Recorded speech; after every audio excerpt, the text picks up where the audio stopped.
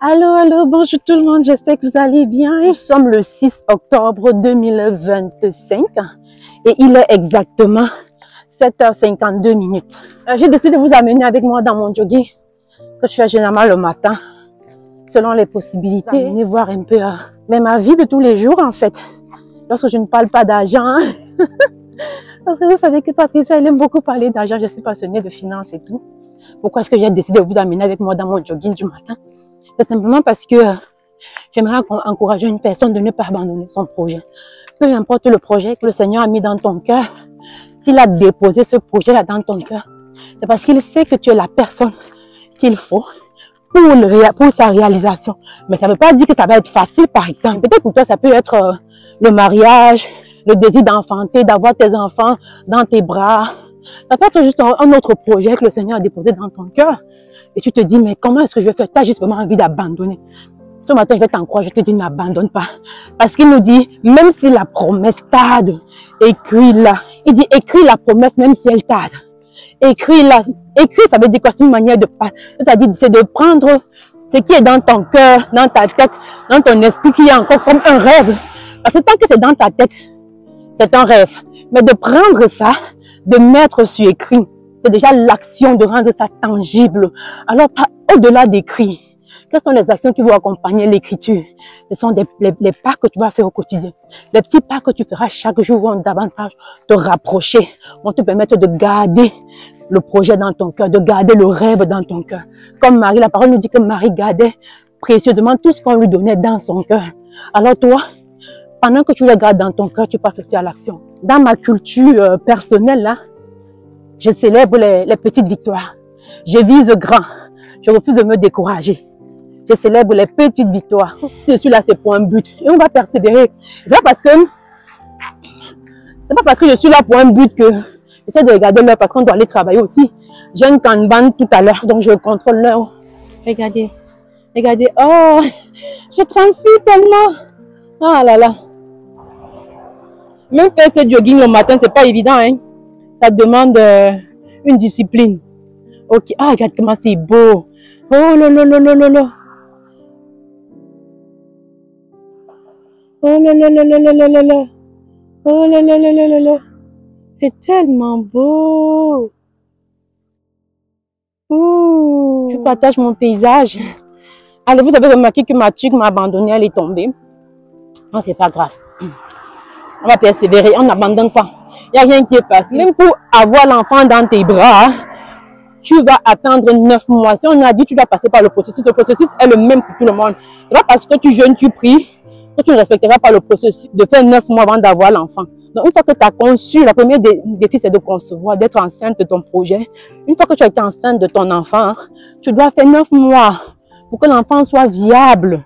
Donc, pas parce que tu as jeûné, tu as prié que après 30 semaines, tu vas dire que non, tu as accouché ton enfant. Non, l'enfant ne sera pas viable. L'enfant sera prématuré. Alors, même ton jeûne, ta prière, tes intercessions ne t'ont pas exempté du processus. C'est pareil. Le projet que tu as mis dans ton cœur, peut-être c'est même juste de retourner aux études. Tu te dis, mais comment je vais faire? Je suis déjà maman, j'ai déjà des enfants et tout. Comment est-ce que je vais faire pour gérer tout ça? Pareil, tu dois passer par le processus. Si c'est un baccalauréat, si on a dit qu'il faut 90 crédits, tu feras 90 crédits. Même si tu pries 10 000 fois par jour, même si tu fais 365 jours de jeûne et prière, tu dois avoir 90 crédits pour pouvoir graduer au baccalauréat. Quand tu pries, tu jeûnes, ça te fait quoi? Ça te permet, ça t'allège en fait. Ça te permet juste de passer au travers de chaque étape en étant plus léger, en ayant la grâce qui t'accompagne, qui te favorise et qui te décharge de toutes ces lourdeurs. Ça veut dire que même si tu avais l'impression que tu transportais peut-être 50 kilos, tu auras plutôt l'impression que tu transportes comme, je sais pas moi, 2-3 kilos parce qu'il y a cette grâce-là qui te porte et qui te rend vraiment beaucoup plus léger. Donc la grâce, elle est disponible, mais la grâce ne nous exempte pas du processus. Donc 9 mois, c'est 9 mois. Si tu dois accoucher un enfant, il doit faire 9 mois dans ton ventre. Si tu dois graduer dans un MBA, que ce soit un MBA exécutif, peu importe, c'est 45 crédits. Si c'est un baccalauréat, c'est 90 crédits. Ça, c'est that's it. Il n'y a pas de, c'est pas à négocier. Il est 8h06 et nous avons fait environ 27 minutes que je marche, c'est pas petit. On a brûlé quelques calories. Ça va être bon pour la suite. Oh, il fait froid. C'est en octobre. Donc, je disais, c'est à toi que la vision a été remise. Le Seigneur a vu tout le monde. Le Seigneur a vu tes frères, tes soeurs. Il a vu chaque membre de ta famille. Il a même vu tes amis. Mais il a décidé de te faire confiance. Il a promené son regard sur la terre. Il a fait un casting. Il a dit non, toi tu as les épaules pour porter ce projet. Il t'a confié ce projet. Alors remets-lui la première place dans ta vie. Remets-lui la première. Prends ce projet, dépose ce projet sur l'autel. Jésus sanctifie tout ce qui est posé sur l'autel. Dépose ce projet sur l'autel. Et que le Seigneur te fortifie, qu'il t'accorde de la diligence, la discipline, surtout la discipline, qu'il te fasse grâce. Mais surtout, toi, tu as ta part à faire, n'abandonne pas. Persévère. Persévère, n'abandonne pas. Tu vas y arriver. Je ne suis pas là pour te dire que ça va être facile. Mais non. Si tu commences, après, tu te rends compte que non, en fait, c'était pas ça. Mais au moins, tu as essayé. Et puis, tu as déjà une expérience.